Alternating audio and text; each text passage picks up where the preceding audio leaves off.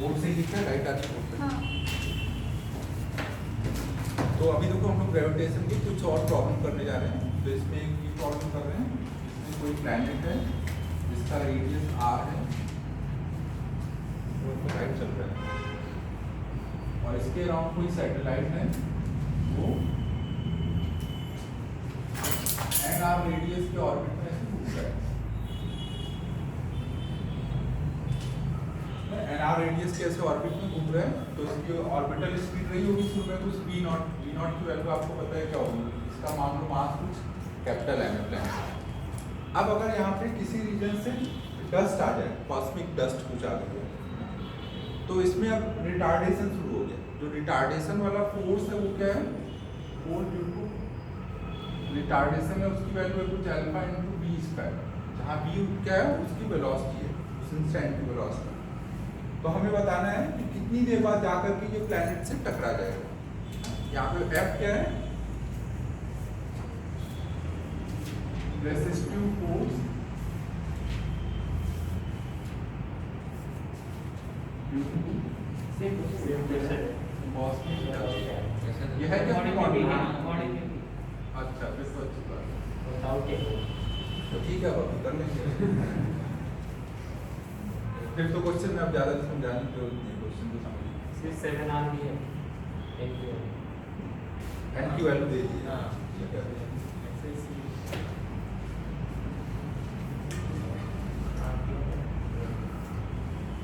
अब ये एक काम करो, इसको पॉज कर दो, क्योंकि अब तुम लोग ट्राई करोगे बेकार में।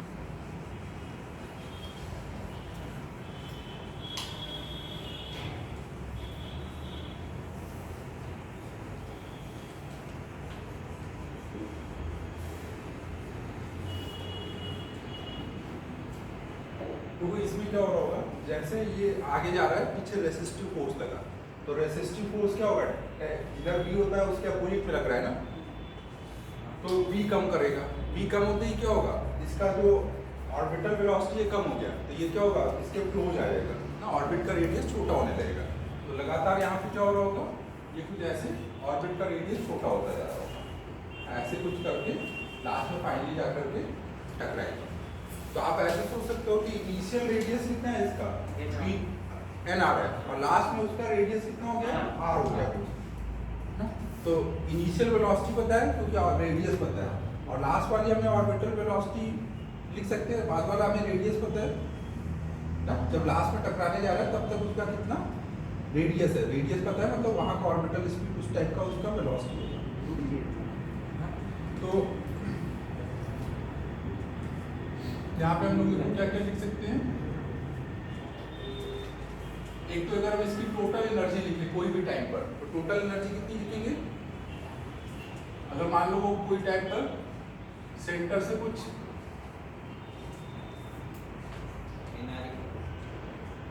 इसको स्मॉल आर लिखा है, इसको कुछ मान लेते हैं x डिस्टेंस पे सेंटर से, कोई टाइम पे x रेडियस है उसका, कहीं यहाँ पे भी आया हुआ है तो सेंटर से कुछ x डिस्टेंस, तब उसकी टोटल एनर्जी ये होगी ना, काइनेटिक प्लस पोटेंशियल मिला कर। और ये किस रेट से चेंज हो रही होगी, एनर्जी का रेट ऑफ चेंज क्या होगा, एनर्जी यहाँ पे किसकी वजह से चेंज हो रही है, जो यहाँ पे जब ये इधर को जा रहा होगा तो v वेलोसिटी से तो अपोजिट पे टेंजेंशियल डायरेक्शन में रेसिस्टिव फोर्स लग रहा है, उसकी वजह से चेंज हो रही होगी।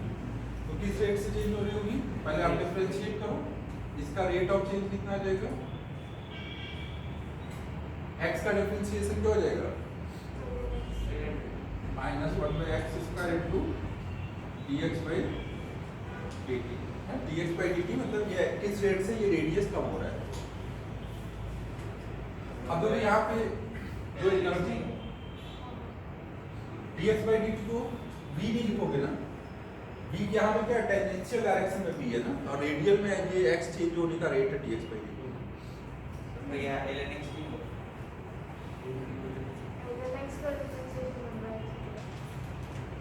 1/x का डिफरेंशिएशन किया है ना। हाँ हाँ हाँ एक तो हमारी ये इक्वेशन हो गई, दूसरी हम लोग क्या बोल सकते हैं, यहाँ पे d/dt मतलब एनर्जी किसकी वजह से कम हो रही है? इस फोर्स की वजह से कम हो रही है ना। तो इस फोर्स की वजह से पर सेकंड कितनी एनर्जी कम हो रही होगी? एफ डॉट डी करोगे ना, जो भी फोर्स का पावर होगा वही पर सेकंड वो एनर्जी निकाल रहा होगा उससे। और ये डॉट प्रोडक्ट निगेटिव आएगा ना, ये निगेटिव आएगा।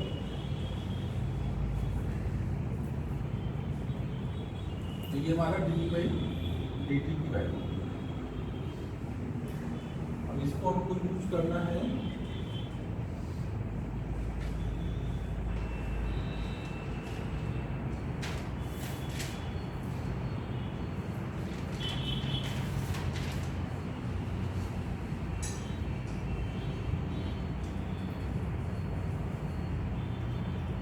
dx by dt v को x के टर्म में लिखते हैं और फिर सॉल्व करना है। ठीक है, तो अब देखो हम लोग यहाँ पे क्या कर सकते हैं, d by dt की वैल्यू दोनों इक्वेशन से इक्वेट कर देते हैं ना। तो बोल सकते हैं फ्रॉम इक्वेशन 1 एंड इक्वेशन, ये माइनस माइनस प्लस हो गया है ना।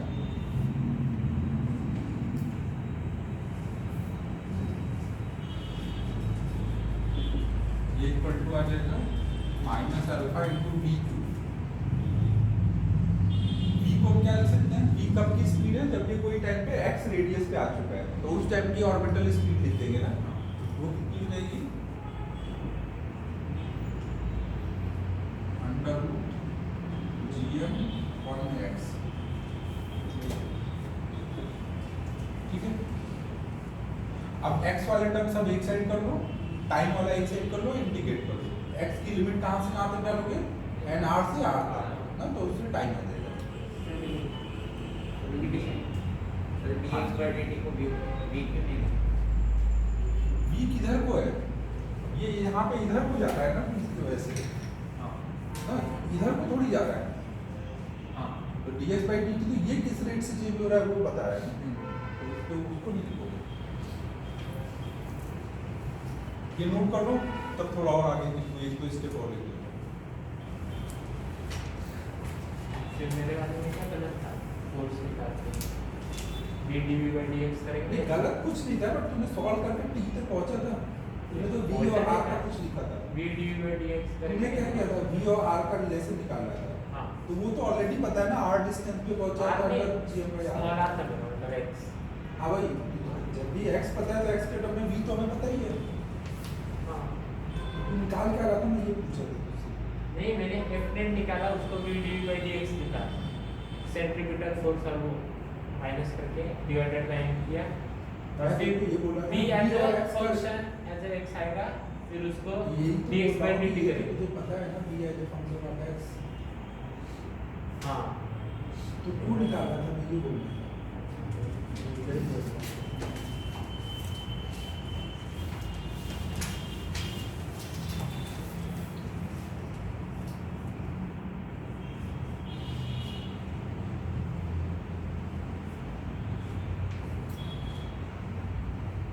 सर जो मैंने किया था वर्क वाले इसमें दोनों इक्वेशन में से टी का ही वेरिएबल डालो, आ जाता है।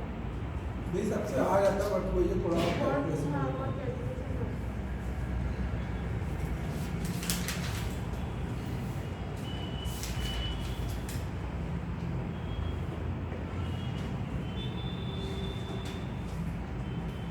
ये साइड अप कर दो।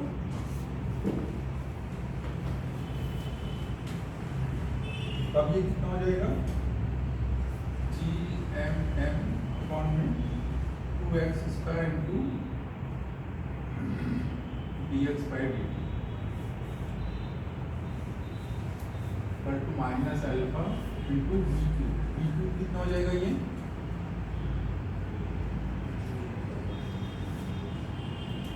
gm के पावर में 3/2 और यहाँ पे आ जाएगा x के पावर में 3/2।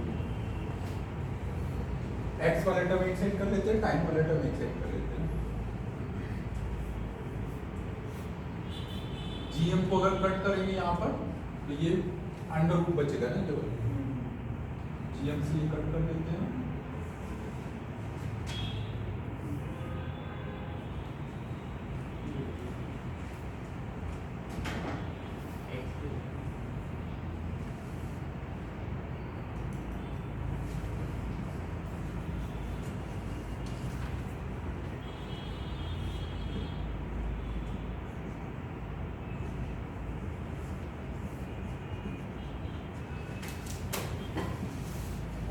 इस साइड पर सब्जेक्ट को कैलकुलेशन चाहिए था x रेज टू हाँ माइनस हाँ ऊपर जाके माइनस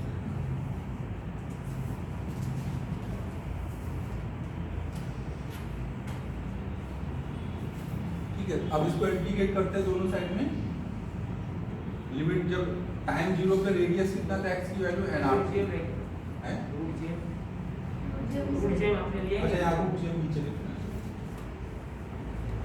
वो value। ना? जब टाइम जीरो था तो x की वैल्यू कितनी थी n r और कुछ t टाइम बाद ये हो चुका है r ये कितना आ जाएगा माइनस m अपॉन में 2 अल्फा रूट jm x के पावर माइनस 1/2 का इंटीग्रेशन कितना हो जाएगा x के पावर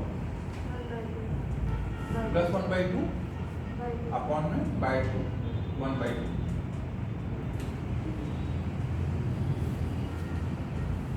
तो ये 2 कट गया माइनस साइन है तो इसलिए पहले लोअर लिमिट डाल देते हैं फिर अपर लिमिट डाल देते हैं तो ये हो जाएगा टाइम इक्वल टू आ जाएगा m अपॉन में अल्फा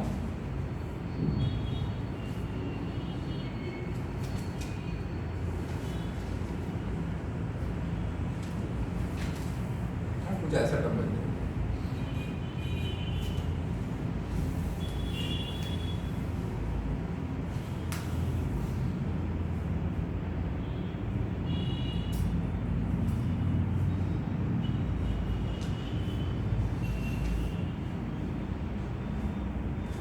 मेरा गलत है एक रूप से गलत है एक मतलब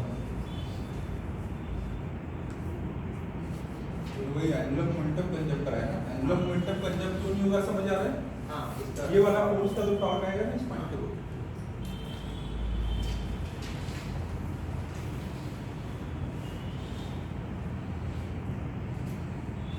टाइम निकालने के लिए और कोई मेथड नहीं टाइम नहीं ये वेलोसिटी में वेलोसिटी रिलेशन निकालना पड़ेगा ना वेलोसिटी वो तो देखो जैसे ही उसका v कम होगा उसका ऑर्बिट का रेडियस कम हो जाएगा तो लगातार वो वैसे स्पाइरल टाइप पाथ में जा रहा है तो x पता है तो उस हिसाब से v कितनी होगी लेकिन वो ऑर्बिट में नहीं है ना तो उसको ऑर्बिटल वेलोसिटी कैसे मिलेगी पास में आ रहा है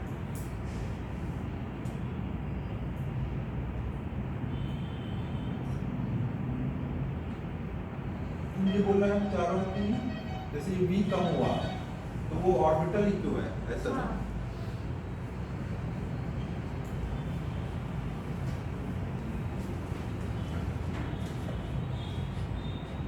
हाँ v कम हो रहा है तुरंत वो सेंटर की तरफ अट्रैक्ट हो जा रहा है नया रेडियस इसलिए पहले से कम हो गया फिर वो हर इंस्टेंट पे ये चीज फॉलो होती जा रही है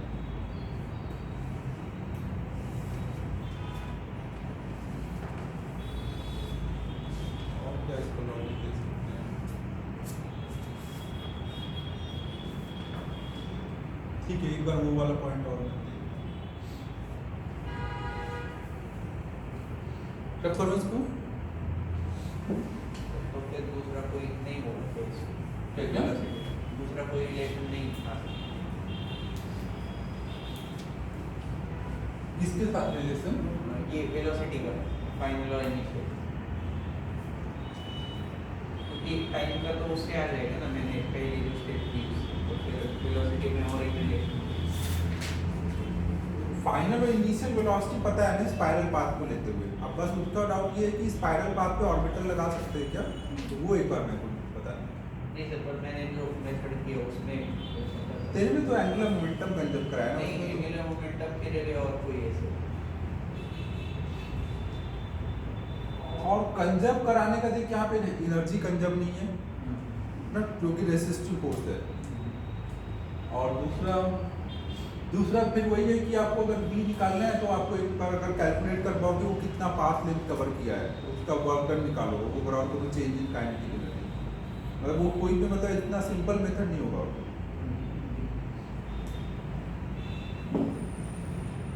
फिर नेक्स्ट हम लोग देख रहे हैं कि जियो स्टेशनरी सैटेलाइट आपके सरफेस पे कितना एरिया कवर करता है ना।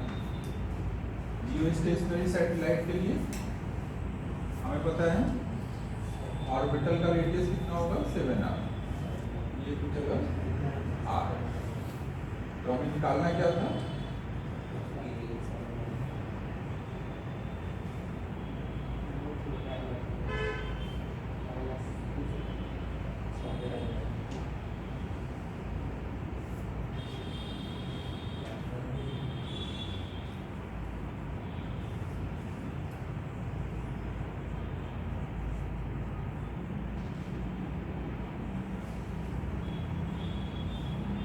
रब कर रहा हूँ।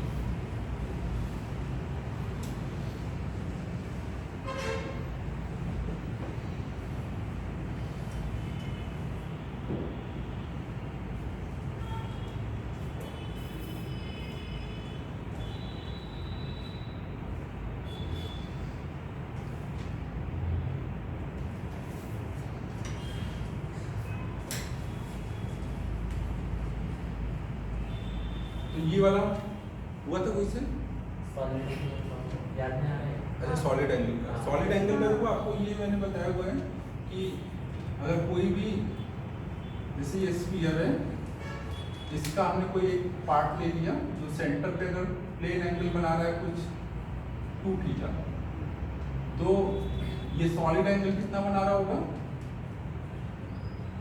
2 पाई 1 माइनस कॉस।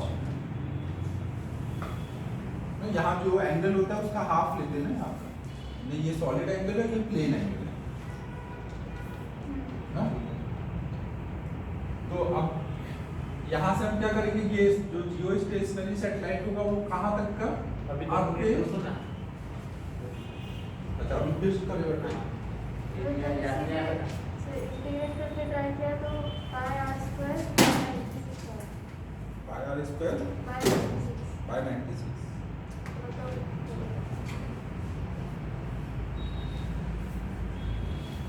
तो इसको एज ए कोण कंसीडर करके नहीं कर सकते, कहते हैं कोण कंसीडर करके फिर उसका नॉर्मल एंगल निकाल के कर सकते हैं, बट वही कैलकुलेशन क्या कर रहा हूँ उस हिसाब से देखना पड़ेगा। नहीं मतलब साइन थीटा निकालेंगे और दोनों इसमें साइन थीटा इक्वल आएगा तो फिर उससे हेमिस्फीयर का एरिया निकालेंगे।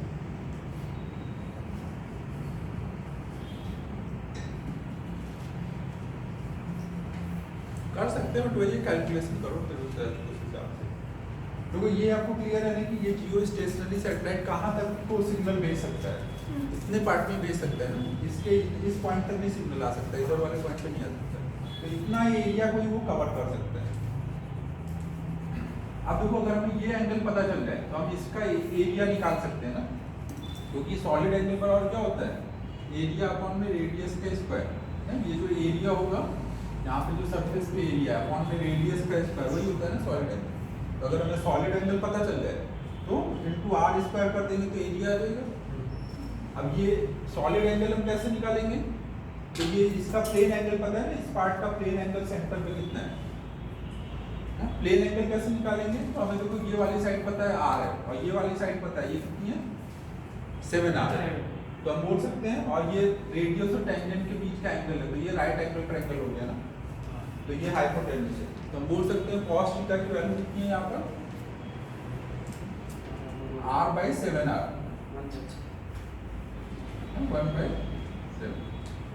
ना। तो ये वाले एंगल का वैल्यू हमें पता चल गया, तो इसके करस्पॉन्डिंग जो यहाँ पे सॉलिड एंगल बनेगा वो हम निकाल सकते हैं।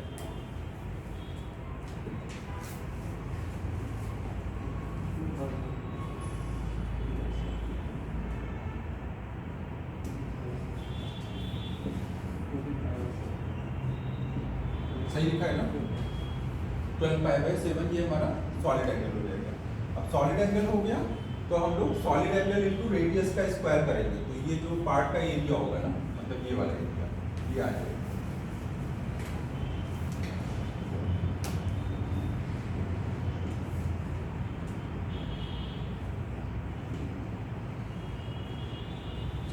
क्या है, रेडियस ऑफ अर्थ सरफेस।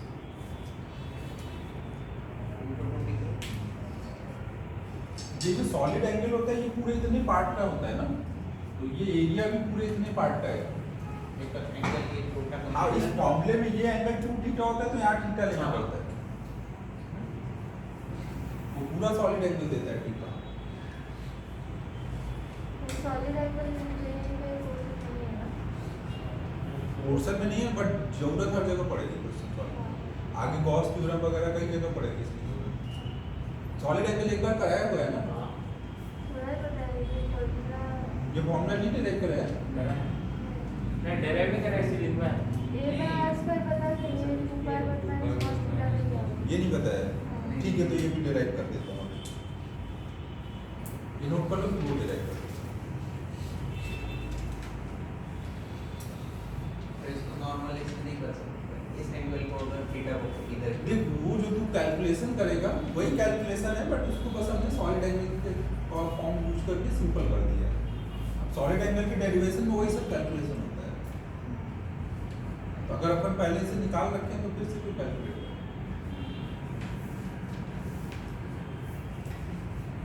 ये नोट कर लो, वो डिराइव कर लो।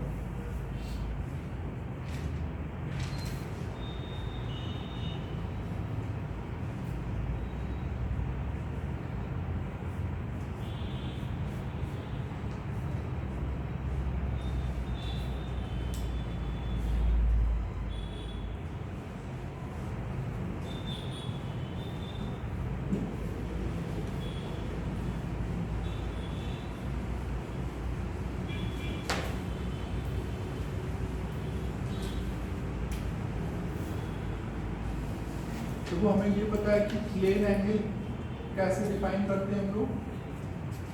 कोई भी ऐसे सर्कल है तो उसका अगर हम कोई आर्क लेते हैं और ये सेंटर पे ये जो एंगल बना रहा होगा इसी को हम लोग प्लेन एंगल बोलते हैं।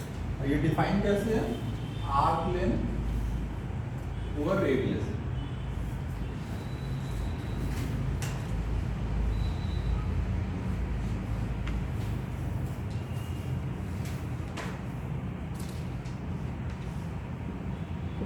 ये एक बार पहले हम लोग कर चुके हैं ना, इसका कोई यूनिट नहीं आएगा ना, सॉरी डायमेंशन नहीं आएगा, बट यूनिट रहता है। प्लेन एंगल का यूनिट क्या रहेगा, रेडियन, बट ऊपर भी लेंथ है नीचे भी लेंथ है, तो डायमेंशन नहीं होगा।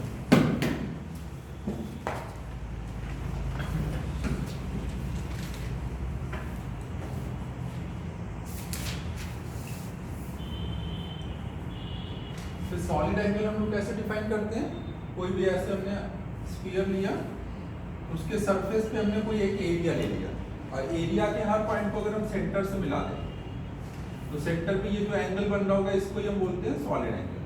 अब वो किस पे डिपेंड करेगा, सरफेस पे ये जो एरिया लिया है, रेडियस लिया है, एरिया अपॉन में आर स्क्वायर। ये स्फीयर पे बात हो रही है ना, और अगर हमें स्फीयर के सरफेस का एरिया चाहिए और अगर उसका सॉलिड एंगल पता है तो ये आर स्क्वायर उधर ले जाकर के एरिया निकाल।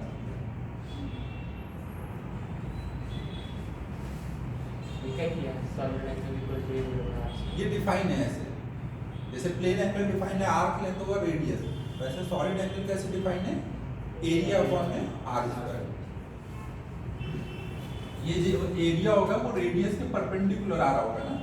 कभी भी आपको सॉलिड एंगल डिफाइन करना है तो जब एरिया लोगे तो वो आर के परपेंडिकुलर आना चाहिए, तो वो वाला एरिया अपॉन में आर स्क्वायर लेना है। प्लेन एंगल में हमेशा जो भी लेंथ लोगे वो हमेशा रेडियस के परपेंडिकुलर आना चाहिए, तो इस हिसाब से ये लिया गया।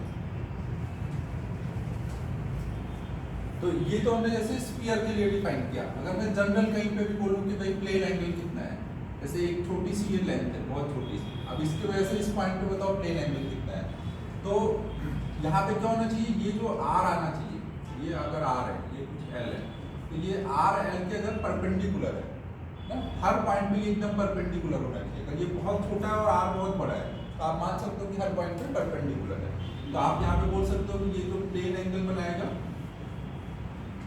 यहाँ जो प्लेन एंगल बनेगा डी थीटा, वो क्या होगा, डीएल अपॉन में आर।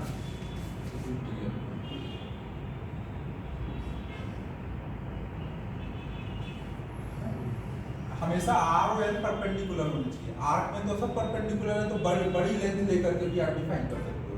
लेकिन अगर स्ट्रेट ऐसे ले रहे हो तो बहुत छोटा होगा और आर्क बहुत बड़ा होगा, तो आप ऐसे डिफाइन कर सकते हो। हमेशा प्लेन एंगल कैसे डिफाइन है, परपेंडिकुलर लेंथ अपॉन में ये जो डिस्टेंस होगी प्लेन एंगल के लिए। सेम वे में सॉलिड एंगल कैसे डिफाइन है, अगर हमने यहाँ पे कोई एरिया लिया हुआ है, कोई डीए एरिया लिया है, ये बहुत छोटा सा एरिया है और इसके परपेंडिकुलर यहाँ पे हमने कोई पॉइंट लिया है आर डिस्टेंस, आर बहुत बड़ा है, तो आपसे आप कोई भी लाइन मिलाओगे एरिया को तो परपेंडिकुलर ही लगभग आएगा, तो उस टाइम पे इसके हर पॉइंट को आप ऐसे मिला दो, तो ये जो एंगल बन रहा होगा वो हमारा सॉलिड एंगल होगा। इसकी यूनिट स्टेरेडियस क्या क्या? इसकी यूनिट स्टेरेडियस, हाँ स्टेरेडियस। ठीक है, समझ लो ना, आप ऐसा नहीं कर सकते कि एक बड़ा सा एरिया लिया और उसके ये फ्लैट एरिया है और उसको यहाँ मिला करके ये एंगल देख लो, तो ये एरिया अपॉन में आर स्क्वायर, ये नहीं हो सकता है, क्योंकि इसके हर पॉइंट जब मिलाओगे तो इसमें परपेंडिकुलर नहीं आ रहा। अगर आपको ऐसे इसका सॉलिड एंगल चाहिए तो आपको यहाँ वाला एरिया लेना पड़ेगा जो ऐसे आ रहा होगा, तो हर पॉइंट में परपेंडिकुलर होगा। तो स्फीयर में वही चीज रहती है, जैसे परपेंडिकुलर रहता है। इनफाइनाइट बड़ी शीट लेनी पड़ेगी, जैसे कर्व ऐसे ना ऊपर वाले। ये कोई ऐसा स्फीयर ले लिया, ये अंदर उसमें हाँ, कौन बहुत बड़ा बड़ा स्फीयर है, ऐसे कुछ मान नहीं, ऐसा नहीं, हर छोटा स्फीयर में भी तो रेडियल परपेंडिकुलर नहीं आएगा। हाँ, लेकिन ये स्मॉल एरिया के लिए डिफाइंड है ना। बड़े एरिया के लिए भी डिफाइन कर सकते हो, बट एरिया का हर पॉइंट परपेंडिकुलर हो, तो वो किसमें पॉसिबल होगा, स्फेरिकल सरफेस में। छोटा है तो अगर फ्लैट है तो ये एक एरिया लिया गया परपेंडिकुलर लेंथ के लिए, बड़ी ऐसी फ्लैट लेंथ लोगे तो उसके लिए नहीं डिफाइन होगा।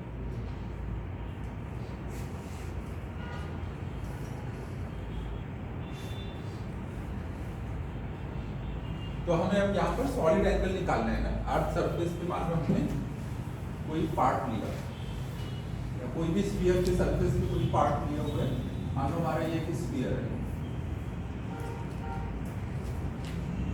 और इसके सरफेस पे हमने कुछ इतना एरिया ले लिया है, ये वाला एरिया ना, इसके सरफेस पे जो ये एरिया है, ये एरिया यहाँ पे कितना सॉलिड एंगल बना रहा है हमें वो निकालना है ना? तो उसके लिए हम लोग कैसे करेंगे, हमें दिया क्या है, इसका प्लेन एंगल दिया है, ये थीटा गिवन है। अगर हम ये पूरा एरिया निकाल लें तो एरिया अपॉन में रेडियस का स्क्वायर कर देंगे, क्योंकि ये एरिया तो सब परपेंडिकुलर है ना आर के, तो इस थीटा एंगल के करस्पॉन्डिंग वाला हमें इसका यहाँ से यहाँ तक का एरिया निकालना है स्फीयर के सरफेस पे। तो वो एरिया आप कैसे निकालोगे, आप यहाँ पे ऐसे मान सकते हो, कुछ फाई एंगल पर इसके सरफेस पे एक आप रिंग ले लो, सामने से देखोगे तो एक ऐसा रिंग बन के आएगा, ये रिंग इस पे कितना एंगल सबटेंड कर रहा है, d5 ना? तो ये जो यहाँ पे रिंग बना हुआ है, ऐसे एक रिंग बन गया है, उस रिंग का रेडियस कितना होगा, इस रिंग का रेडियस कितना होगा r sin phi ना, और इसकी थिकनेस कितनी होगी, ये थिकनेस होगी ना उसकी r d5, इसकी थिकनेस कितनी होगी,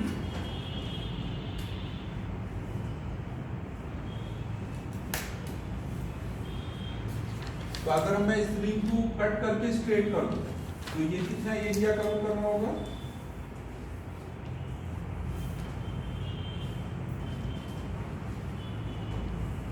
ये एरिया कितना आएगा, सरकमफेरेंस के बराबर इसकी लेंथ होगी, तो इसको बोल सकता हूँ 2 pi r sin phi, और इसकी विड्थ कितनी हो रही है, ये r d5, तो एरिया बोल सकते हैं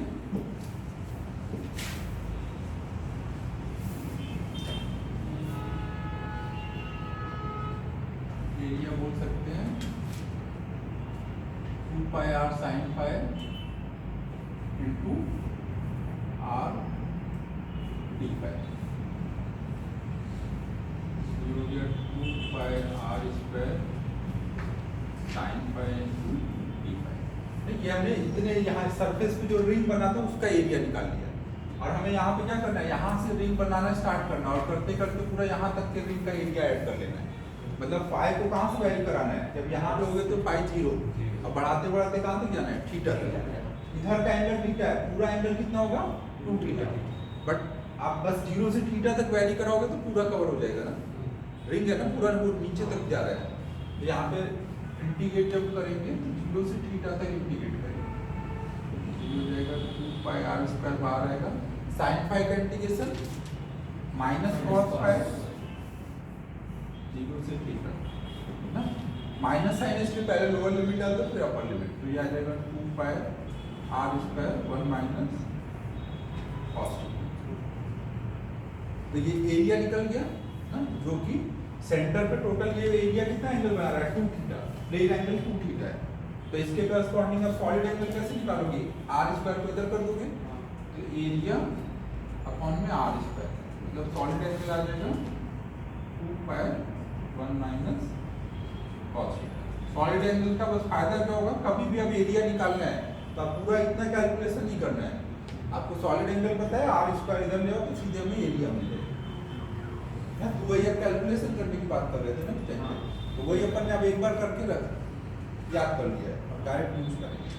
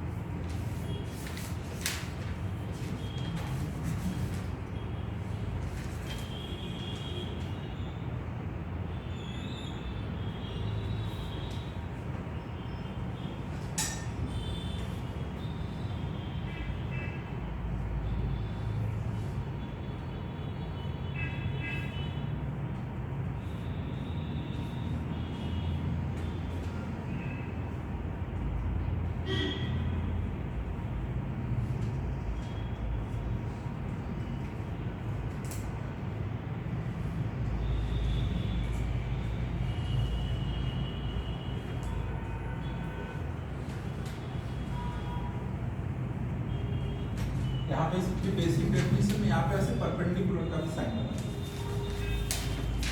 परपेंडिकुलर का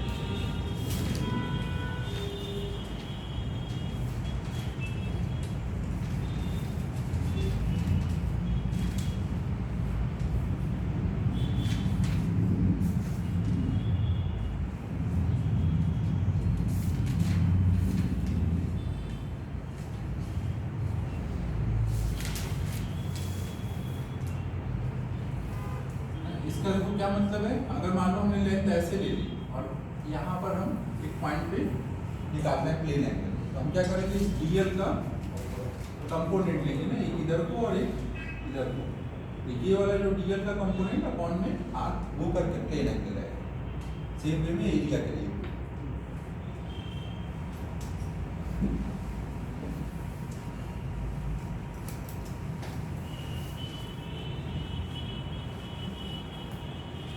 आर को नहीं रिजॉल्व करना है ना, एल को रिजॉल्व करना है या ए को रिजॉल्व करना है, ये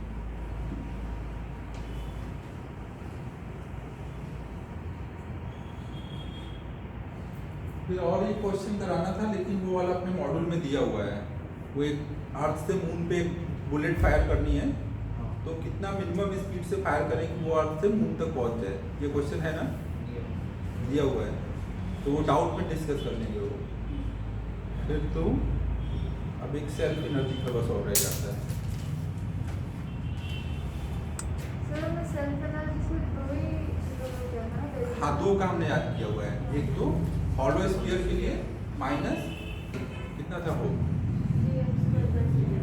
gm²/2 आ गया, और उसके लिए कितना था माइनस gm²/5r, इतना याद किया था। चलो एक दो क्वेश्चन इस पे और कर लेते हैं। मान लो एक हॉलो स्फीयर है जिसका मास कैपिटल M है और इसके सेंटर पे एक स्मॉल m मास रखा हुआ है, तो इस सिस्टम की टोटल पोटेंशियल एनर्जी बतानी है, रेडियस r है।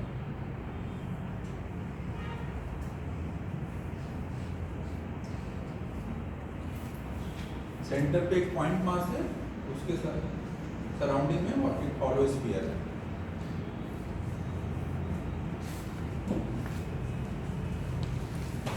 Total potential energy of system बताना है।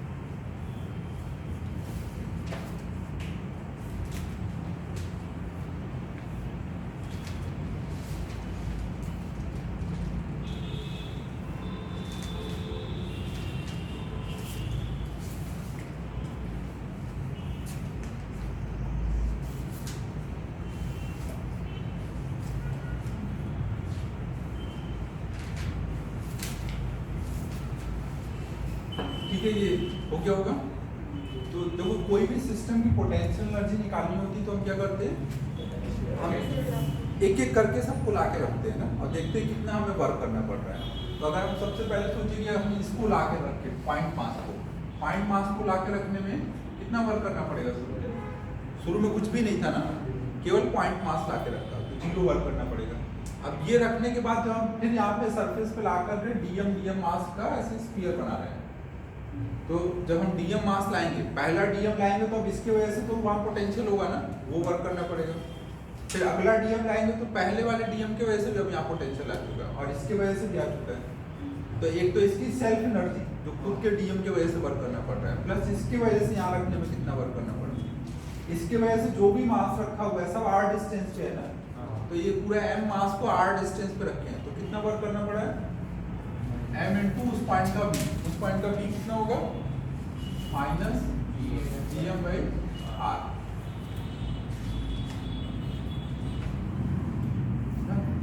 ये तो इनकी इंटरेक्शन एनर्जी हुई, प्लस इसके डीएम की वजह से जो वर्क करना पड़ा मतलब सेल्फ एनर्जी, तो वो कितना हो जाएगा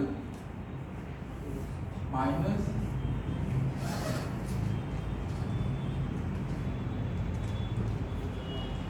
तो यही हमारी फाइनल टोटल पोटेंशियल एनर्जी है।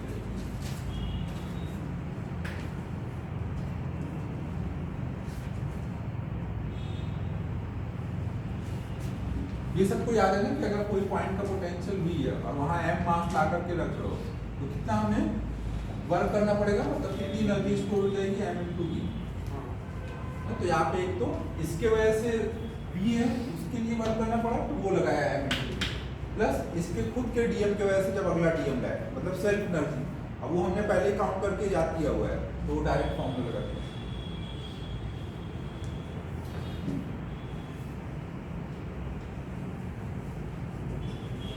एक लास्ट प्रॉब्लम इसके और करेंगे।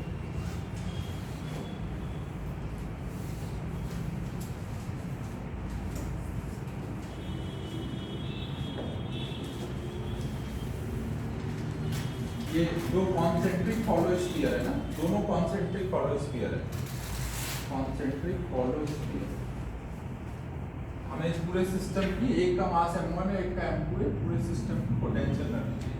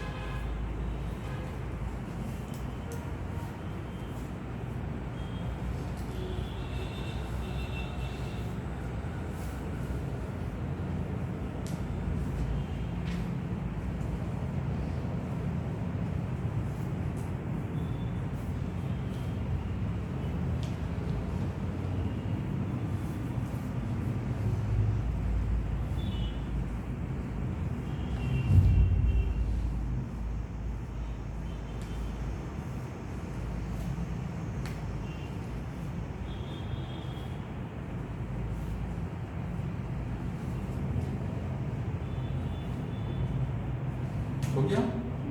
क्या क्या करेंगे? कितना लिखा?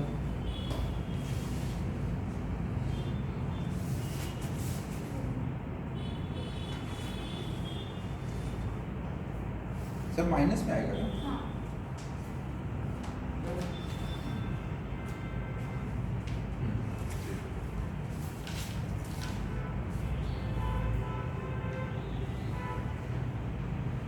अबे R two minus R one क्या कर रहे हो? पोटेंशियल का फॉर्मूला नहीं आता है?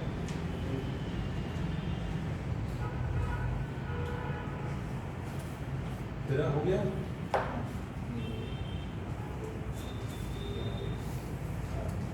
तू भी वही कर रहा है।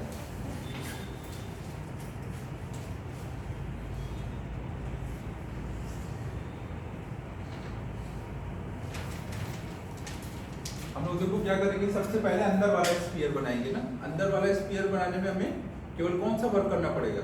जो इसकी सेल्फ एनर्जी आएगी। तो हम क्या लिख सकते हैं? Minus ji m1 square by 2 r1, अंदर वाले की सेल्फ एनर्जी। फिर जब हम बाहर वाला बना रहे होंगे तो अंदर वाले की वजह से भी पोटेंशियल आ रहा है और प्लस इसके dm dm जो रख रहा है उसकी वजह से, तो मतलब बाहर वाले के लिए इसकी खुद की सेल्फ और इसके वजह से इंटरेक्शन। इंटरेक्शन कैसे निकालेंगे? इसके वजह से भी इनटू यहाँ का मास, तो बाहर वाले का मास इनटू अंदर वाले की वजह से पोटेंशियल। हॉलो स्फीयर की वजह से कोई भी बाहर पॉइंट पर पोटेंशियल कैसे निकालते हैं? सारा का सारा मास इसके सेंटर पे रख के निकालते हैं ना। तो कितना आ जाएगा? माइनस जी प्लस उसका खुद का सेल, तो वो कितना हो जाएगा?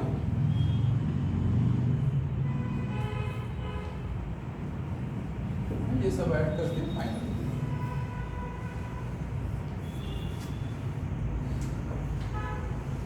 ठीक है, तो रोटेशन में इतना ही करना था, बाकी मॉडल पूरा कंप्लीट कर दो और ग्रेविटेशन में इतना ही करना था। रोटेशन बोला ना, तो ग्रेविटेशन में इतना ही करना है। अब रोटेशन के डाउट डिस्कस कर लेते हैं। हाँ, वापस ना